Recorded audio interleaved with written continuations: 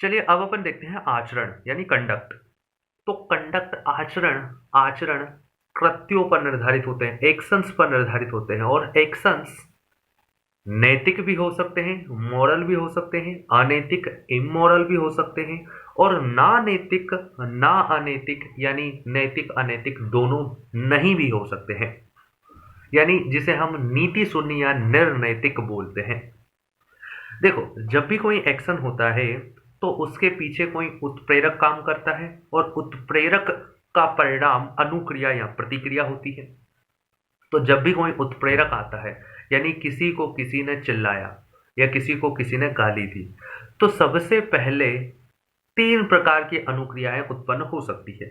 या तो सिर्फ मन में भाव पैदा हो, गुस्सा पैदा हो, या जो भी पैदा हो। इसके अलावा विचार आना, सोचता है, कुछ विचार आता है कि क्यों दे रहा भाई, किस लिए दे रहा है, क्या हो गया। और तीसरी प्रतिक्रिया है एक्शन, यानी कि जवाब दे देना या शारीरिक क्रिया करना कुछ। तो एक्शन यानी कि कृत्य करना। तो भावनाएं पैदा हो सकती है किसी उत्प्रेरक के प्रति, विचार आ सकते हैं, या एक्शन आ सकता है। लेकिन एक्शन हमेशा या तो विचार के होते हुए या भावना से होते हुए आएगा। यानी सबसे पहले भावना आएगी, वो एक्शन में बदलेगी, या विचार आएगा और वो एक्शन में बदलेगा, या भावना के बाद विचार फिर एक्शन में बदलेगा। यानी डायरेक्ट एक्शन नहीं आ सकता। अब मानवीय कृत्य दो प्रकार के बांट सकते हैं अपन। एक समाज में रहने वाले लोगों के द्वारा किए गए कृत्य, और एक समाज से दूर रहने वाले लोगों के द्वारा किए गए, जैसे मोगली जैसे लोग हैं, अब समाज से दूर रह रहे हैं, तो उनके कृत्यों को हम तोल ही नहीं सकते कि वो नैतिक है कि अनैतिक है, तो वो एथिक्स की परिधि से दूर है। अब समाज में रहने वाले व्यक्तियों के द्वारा दो प्रकार के व्यक्ति रहते हैं, एक तो सामान्य मानव और एक अन्य मानव। सामान्य मानव, अब अन्य मानव में कौन कौन आएगा? अन्य मानव में जो भी मानसिक अस्वस्थ व्यक्ति है, यानी पागल व्यक्ति हो गया। इसके अलावा जो 7 वर्ष से कम उम्र के बच्चे हैं, तो इनको भी इथिक्स की परिभाषा से बाहर रखा गया है। तो दो लोग तो बाहर हो गए, एक तो जो समाज से दूर रह रहे हैं और एक जो अन्य मानव है। ठीक है ना? अब जो सामान्य मानव है, वास्तव में जो एक्शन किए जाते हैं, या हम जब बोलते हैं कि ये नैतिक है अनैतिक है, तो ये हम सामान्य मानव द्वारा किए गए कृत्यों के बारे में कहते हैं। तो सामान्य मानव द्वारा किए गए कृत्य दो प्रकार के हो सकते हैं, एक होता है ऐच्छिक और एक होता है अनैच्छिक, यानी कि वॉलेंट्री और नॉन वॉलेंट्री। तो अब ऐच्छिक, ऐच्छिक का मतलब क्या होता है? जहां पर व्यक्ति जब कोई कृत्य करता है उसे संकल्प की स्वतंत्रता हो। अब संकल्प की स्वतंत्रता में तीन चीजें शामिल होती हैं। पहली चीज, उसे शारीरिक और मानसिक स्वस्थ हो, उस कार्य को करने के लिए वो शारीरिक और मानसिक रूप से स्वस्थ हो। दूसरा, उसे विकल्पों की उपलब्धता हो, यानी कम से कम दो विकल्प तो उपलब्ध हो। और तीसरा, चयन की स्वतंत्रता हो। जैसे कि अगर सड़क पर कोई पत्थर पड़ा हुआ है और अगर कोई व्यक्ति वहां से गुजर रहा है, तो वो शारीरिक और मानसिक रूप से स्वस्थ है कि उसे हटा दे या उसे ना हटाए। दूसरा, उसे विकल्पों की उपलब्धता है कि या तो उसे हटा दे या फिर वो सीधा निकल जाए। और तीसरा, चयन की स्वतंत्रता, यानी कि कोई बंदूक लगा के ना बोल दे कि भाई चल, उठाएगा नहीं तो सीधा निकलेगा, तो वहां तो फिर विकल्प एक ही हो गया कि जाना ही है, तो वहां तो स्वतंत्रता नहीं है ना। तो चयन की स्वतंत्रता उपलब्ध हो, विकल्पों की स्वतंत्रता उपलब्ध हो, और शारीरिक और मानसिक रूप से वो स्वस्थ हो। वहीं अनैच्छिक कृत्य, तो अनैच्छिक कृत्य जैसे छींकना, खांसना, कांपना, इसके अलावा नशे या अचेतन में किया गया कार्य, और प्रतिक्षेप क्रियाएं या नींद में चलने जैसी क्रियाएं हैं, ये अनैच्छिक क्रियाएं हैं। ठीक है ना? तो ऐच्छिक क्रियाएं, अनैच्छिक क्रियाएं, ऐच्छिक क्रियाएं और अनैच्छिक क्रियाएं। अब ऐच्छिक कृत्य भी दो प्रकार के होते हैं, एक सचेतन ऐच्छिक क्रियाएं और एक होता है आदतन ऐच्छिक क्रियाएं। सचेतन ऐच्छिक क्रियाएं ये भी नैतिक, अनैतिक और नीति शून्य हो सकते हैं, और आदतन ऐच्छिक क्रियाएं ये भी नैतिक, अनैतिक और निर्नैतिक या नीति शून्य हो सकते हैं। तो देखो, सबसे पहले कृत्य देखते हैं। तो नैतिकता का मूल संबंध कृत्यों से है। नैतिकता का मूल संबंध कृत्यों से है। किसी उत्प्रेरक की उपस्थिति में व्यक्ति की प्रतिक्रिया केवल भावनात्मक, केवल बौद्धिक भी और कृत्य के रूप में भी हो सकती है। यदि कोई व्यक्ति कोई कृत्य नहीं करता है तो हम उसे नैतिक या अनैतिक नहीं ठहरा सकते। किसी व्यक्ति के मन में खास किस्म की भावनाओं का होना या विशेष प्रकार के विचारों का होना महत्वपूर्ण तो है, परंतु तब तक उसकी नैतिक या अनैतिक नहीं बता सकते जब तक कि वह कृत्य ना कर दे। उदाहरण के लिए किसी के प्रति नफरत होना अनैतिक होने के लिए पर्याप्त नहीं है। व्यक्ति अनैतिक तब होगा जब हिंसा या गालियों के माध्यम से नफरत की अभिव्यक्ति हो। अगला है, सभी कृत्य नैतिकता की परिधि में शामिल नहीं होते। कृत्यों के निम्न वर्गीकरण से हमें नैतिकता की परिधि समझ सकते हैं। तो कृत्य ऐच्छिक भी हो सकते हैं और अनैच्छिक भी हो सकते हैं। ऐच्छिक भी और अनैच्छिक भी, और ऐच्छिक भी सचेतन और आदतन हो सकते हैं। तो जो अनैच्छिक होते हैं यानी इच्छा से नहीं हुए वो, ठीक है ना, अनैच्छिक होते हैं। तो अनैच्छिक कृत्य जो होते हैं उन्हें हम नैतिकता की परिधि से बाहर रखते हैं। सिर्फ ऐच्छिक कृत्यों को ही हम नैतिकता की परिभाषा में रखते हैं। कृत्य दो प्रकार के होते हैं, ऐच्छिक तथा अनैच्छिक। व्यक्ति जो कृत्य या विकल्प या संकल्प की स्वतंत्रता से करता है उन्हें ऐच्छिक कृत्य कहते हैं, और जिन कृत्यों के करने में व्यक्ति का अपना बस नहीं होता उन्हें अनैच्छिक कृत्य कहते हैं। उदाहरण के लिए गीत गाना, भोजन करना, पढ़ाई करना ऐच्छिक कृत्य हैं, जबकि छींकना, हांफना, नींद में चलना आदि अनैच्छिक कृत्य हैं। जहां तक अनैच्छिक कृत्यों का प्रश्न है, वे ना नैतिक होते हैं ना अनैतिक, क्योंकि उनके मूल में इरादा या प्रयोजन विद्यमान नहीं है। ऐसे कर्मों को नीति शून्य या निर्नैतिक कहते हैं।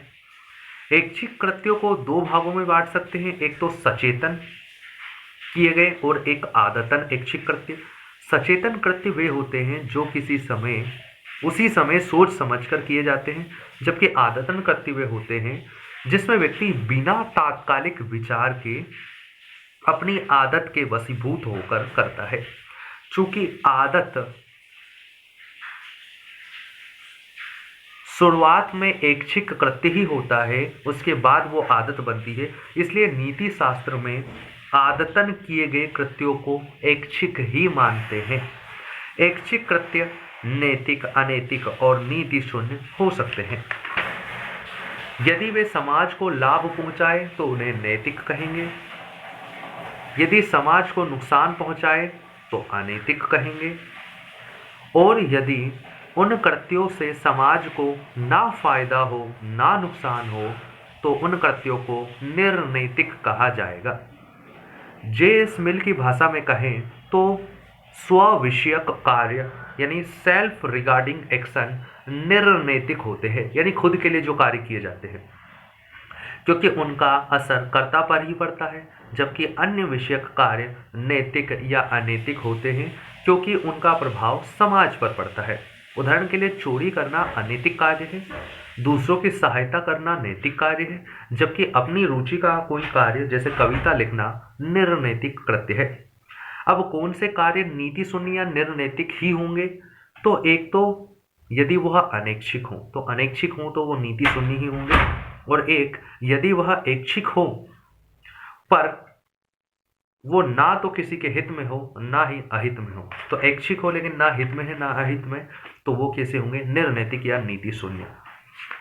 अब अगला देखते हैं अपन, आचरण की परिभाषा देख लेते हैं। तो आचरण का अर्थ है कंडक्ट यानी कि कृत्य, अर्थात कि व्यक्ति की नैतिक और अनैतिक कर्मों में से किस प्रकार के कृत्यों का सामान्यतः चयन करता है, कि व्यक्ति नैतिक और अनैतिक कर्मों में से किस प्रकार के कृत्यों का चयन करता है। एक तरह के कृत्यों को बार बार करने से आचरण बन जाता है, और आचरण की बारंबारता जिसके आधार पर यह अनुमान लगाया जा सके कि किसी खास स्थिति में व्यक्ति क्या करेगा, उसका आचरण होता है। तो कंडक्ट या आचरण क्या होता है? नैतिक और अनैतिक कृत्यों में से कोई व्यक्ति किस प्रकार के कृत्यों का चयन करता है और उनकी बारंबारता को दोहराता है, वो उसका आचरण होता है। प्रतिमान या नॉर्म्स क्या होते हैं? तो देखो, मूल्य जो होते हैं वो अमूर्त होते हैं और आदर्श होते हैं, यानी उन्हें मानना आवश्यक है और अमूर्त होते हैं, यानी उन्हें दिखाया नहीं जा सकता, बोला नहीं जा सकता। तो जब मूल्यों को दर्शाने की आवश्यकता हो, दिखाने की आवश्यकता हो, तो उनके लिए हम कुछ चिन्हों का, प्रतीकों का इस्तेमाल कर लेते हैं, जिन्हें हम प्रतिमान कहते हैं। और प्रतिमान मूर्त होते हैं और व्यवहारिक होते हैं। जैसे कि आदर करना एक मूल्य है, वहीं पैर छूना प्रतिमान है। प्रतिमानों की बनने की प्रक्रिया, किसी भी रूढ़ी का, किसी भी संस्कार का, किसी भी प्रतिमान का बनने की प्रक्रिया क्या होती है? तो सबसे पहले कोई व्यक्तिगत प्रयोग होता है, जो व्यक्तिगत आदत बन जाती है। आगे जाकर वो एक समूह की आदत बन जाती है। फिर वह प्रतिमान में परिवर्तित हो जाता है, यानी आपसे अपेक्षा की जाती है कि उस परिस्थिति में या उस आदर्श को बताने के लिए आप ऐसा करें। आगे जाके वो प्रथा बन जाती है, परंपरा बन जाती है, जिसकी स्वीकृति बहुत बड़ी हिस्से में पहुंच जाती है और आपसे अपेक्षा की जाती है कि आप उसे माने। आगे जाके वो और प्रबल होकर लोक रूढ़ी बन जाती है, जहां पर आपसे दबाव के साथ वो कार्य करवाया जाता है। आगे जाके वो संस्था बन जाती है, संस्कार बन जाते हैं, जैसे कि विवाह एक संस्कार है। वही जब इसे शासन द्वारा विधि का रूप दे दिया जाता है, तो संस्था ही आगे जाकर कानून का रूप ले लेती है, कहीं कहीं कुछ कुछ परिस्थितियों में। अगला देखते हैं अपन, सामाजिक नैतिकता का निर्धारण कैसे होता है। तो एक होती है व्यक्तिगत नैतिकता का निर्धारण कैसे होता है, एक होता है सामाजिक नैतिकता का निर्धारण कैसे होता है। तो भौगोलिक दशाएं, जनांकिकी दशाएं, आर्थिक दशाएं, राजनीतिक दशाएं और धार्मिक दशाएं, ये सभी दशाएं निर्धारित करती हैं किसी सामाजिक नैतिकता को। भौगोलिक दशाएं कैसे? जैसे अगर तापमान है, ज़्यादा है, कम है, यानी ठंडा क्षेत्र है, तो वहाँ पर गर्म कपड़े, ज़्यादा कपड़े पहने जाएंगे। शराब का सेवन अधिक होगा, शराब मतलब वो ठीक है, मसालों का प्रयोग अधिक होगा। गर्म क्षेत्र है, कपड़े छोटे पहने जाएंगे, सामान्य कपड़े पहने जाएंगे। तो वो तापमान निर्धारित करता है, यानी भौगोलिक दशाएं। संसाधन यानी कृषि योग्य भूमि नहीं है तो मांसाहार, कृषि योग्य भूमि है तो शाकाहार प्रबल होगा। उच्च आवाज यानी पहाड़ी क्षेत्र है तो साहसिक और परिश्रम का मूल्य अधिक होगा। मैदानी क्षेत्र है तो वहाँ पर कुछ और मूल्य अधिक प्रभावी होंगे। पवनों की गतियाँ, धूल भरी आंधियाँ, तो जैसे अरब क्षेत्र है तो वहाँ पर क्या है, भुरका वाली जो चीज़ है जो आपको धूल भरी आंधियों से बचाती है। वहीं राजस्थान वाले क्षेत्र में घूंघट का अधिक प्रचलन है, तो वो चीज़ किससे, पवनों की गतियाँ, धूल आंधियों से आपको प्रभावित करती हैं। भौगोलिक दशाएं हैं जो आपके मूल्य निर्धारित करती है। जनांकिकी, तो जनांकिकी जनसंख्या कम है कि ज़्यादा है, ज़्यादा है तो प्रतिस्पर्धा का मूल्य अधिक होगा, कम है तो कम होगा। लिंगानुपात अगर कम है तो बहुपति विवाह जैसी प्रथा आ जाएंगी, और अधिक है तो बहुपत्नी वाली विवाह जो पद्धति है वो आ जाएगी। आर्थिक दशाएं, तो आर्थिक गतिविधियां कैसी है, प्राथमिक क्षेत्र की अधिक होगी तो स्थायीपन अधिक होगा मूल्यों का, परंपराओं का और प्रकृति प्रेम का प्रभाव अधिक होगा। तृतीय क्षेत्र में है तो गतिशीलता अधिक होगी मूल्यों में, लचीलापन होगा और सार्वभौमिक मूल्यों का विकास होगा। प्रणाली कैसी है आर्थिक, जैसे पूंजीवाद है तो स्वार्थीपन का अधिक होगा, वहीं समाजवाद में सहयोग और सहचर्य का मूल्य अधिक होगा। राजनीतिक दशाएं, तो लोकतंत्र है कि तानाशाही है तो आज्ञा पालन का मूल्य अधिक होगा। वहीं लोकतंत्र है तो सहिष्णुता, चर्चा की संस्कृति और संवाद की संस्कृति होगी। धार्मिक कारण, तो धार्मिक कारण प्रकृति कैसी है, अगर प्रकृति या स्वभाव कैसा है, लचीला है कि कठोर है, वो धर्म पर निर्भर करेगा। धर्म एक है कि अधिक है, तो एक देश में अगर एक ही धर्म है तो कट्टरपन का स्वभाव अधिक होगा, अधिक है तो सहिष्णुता और लचीलापन का स्वभाव अधिक होगा। अब अगला अपन देखते हैं कि नैतिक व्यवस्था क्यों जरूरी है। तो नैतिक व्यवस्था समाज के अस्तित्व के लिए जरूरी है, समाज को चलाने के लिए जरूरी है और समाज के विकास के लिए जरूरी है। तो अस्तित्व के लिए, चलाने के लिए और विकास के लिए आवश्यक है।